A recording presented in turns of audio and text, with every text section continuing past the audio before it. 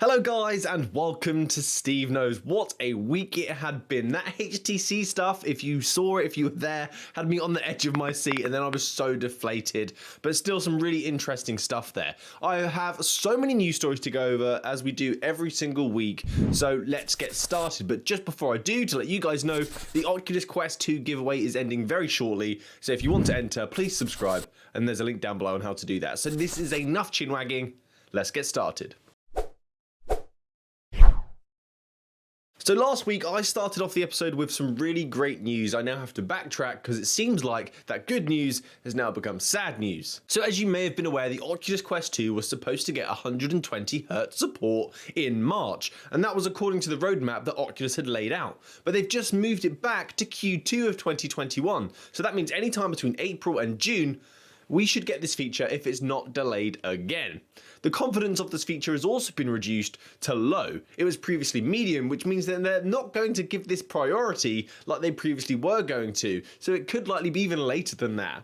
Bosworth did say the delay was due to a silicon shortage and display drivers that have created some risk hitting 120Hz, so we'll have to wait and see, have to wait a couple of weeks and see what happens after that time. So until then, sad times. So I just now want to take a minute or two to talk about the future of Oculus and what the Zuckerberg has recently said about the Facebook vision for the Oculus Quest and what we can expect in the next generation of headsets and the generation after that. So the Zuck was interviewed by The Information and they revealed something. The company is working on 2 successions of the Oculus Quest 2 right now already. He said you need to know what your next few iterations are going to look like, because it's not like software where you can change it every single week or so.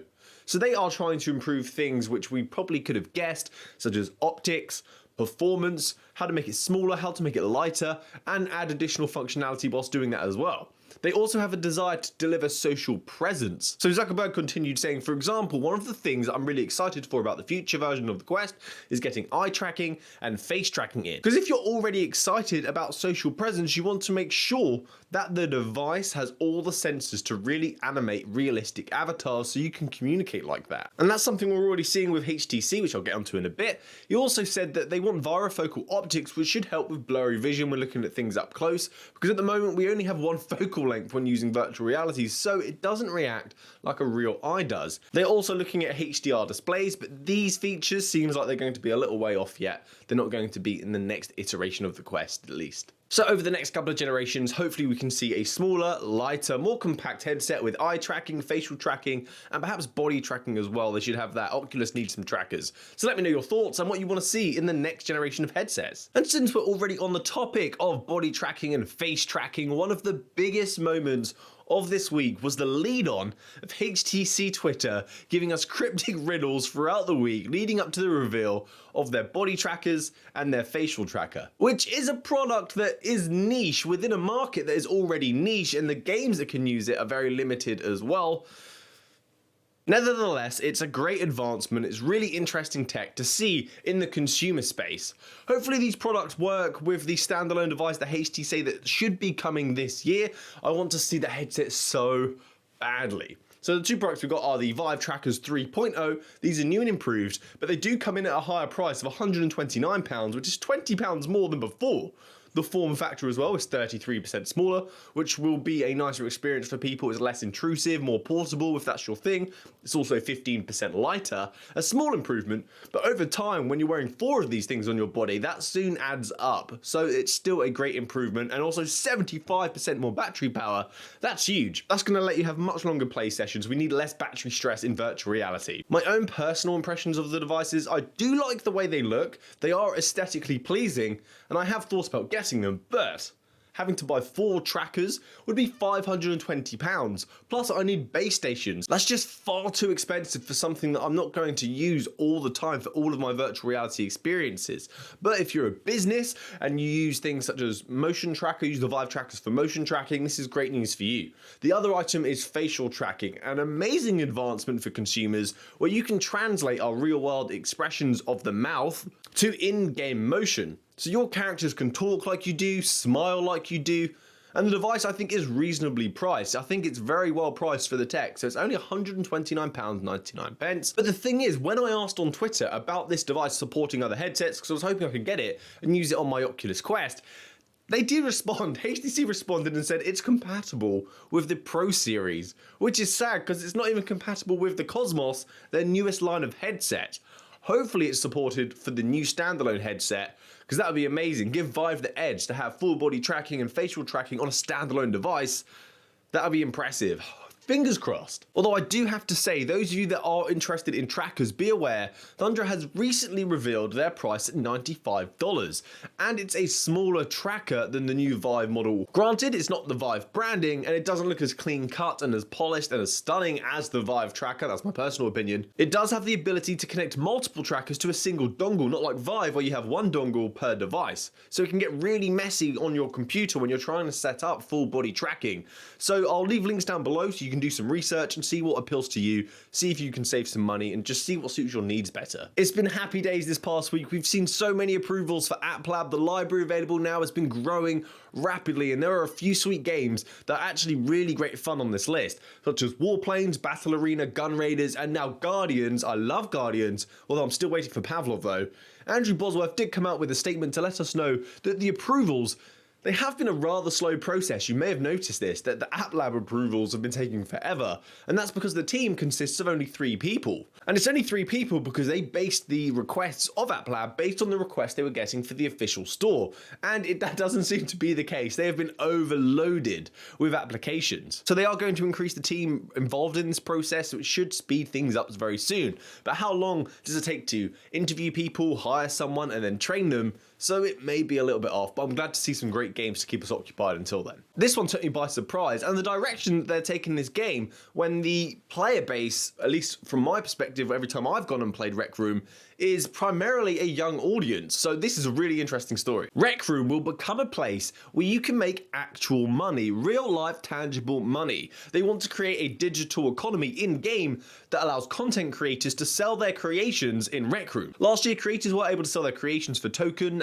the in-game currency, and that can soon be changed for real money. Although this money's conversion rate is going to be extremely low, it's around $400, it's about 1 million in-game tokens. And this only applies to tokens that are earned selling digital items or keys to user-generated rooms. Only they will be eligible for exchange for real money. Tokens earned from playing things such as mini-games will not. But this causes a problem, but they have solved it. So if you have a mix of coins that have been earned from selling tokens and keys, and coins that have been earned from mini-games, when you go to purchase items in-game, it's going to use the coins that you've earned in your mini-game, not your really high-value ones, tokens that you've earned from selling creations and room keys. It will preserve your Rec Room bank account. I'm really interested to see how this works. Are people going to be able to make a living making creations in Rec Room?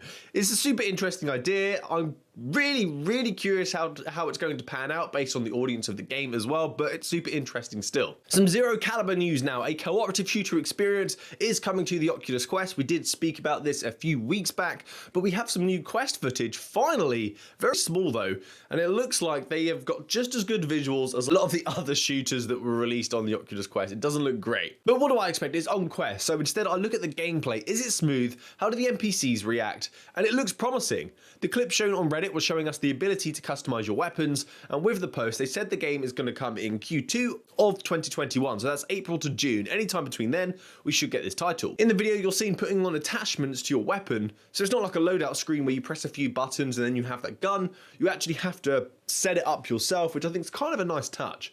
But my favorite part of the video is when you go to reload, you whack the clip out, or the magazine, whatever you call it. I'm British, forgive me. You knock it out with another mag. Usually you have to drop or grab it and throw it away to enable yourself to reload, but that small little feature I just think is so badass. I really loved that. We have a new game coming to the Oculus Quest in less than 3 weeks. So on April 1st, Floor Plan 2, a puzzle adventure title from Turbo Button, is coming to the Quest. It's been nearly 5 years since the first title of this game, because it came out in 2016, but it's coming now on Quest, Rift, and Steam VR. The game is like an escape room puzzler, and since it's a sequel, they've ensured that they have expanded the title, much larger rooms, different environments. It's not going to be just a lift if you've played this before, which made sense on the previous game because it was a Gear VR title that you played sitting down. So the studio have stated they're going to have 4 hours of gameplay. It has an art style that also reminds me of Accounting Plus, just this weird wacky animation that doesn't take itself too seriously. And the devs described the game as this. So on your first day of work, the boss sends you an errand to retrieve a lost treasure that will turn the company's fortunes around. And good news, it's somewhere in the building. Just use the elevator down the hall, and oh, by the way, each floor is a gateway to another world. Nobody speaks your language, and time and space are fluid. Oh, my ears have gone up. Time and space got my attention. It's going to be $25, and it's going to come out on April the 1st, which is April Fool's Day. I've only just noticed.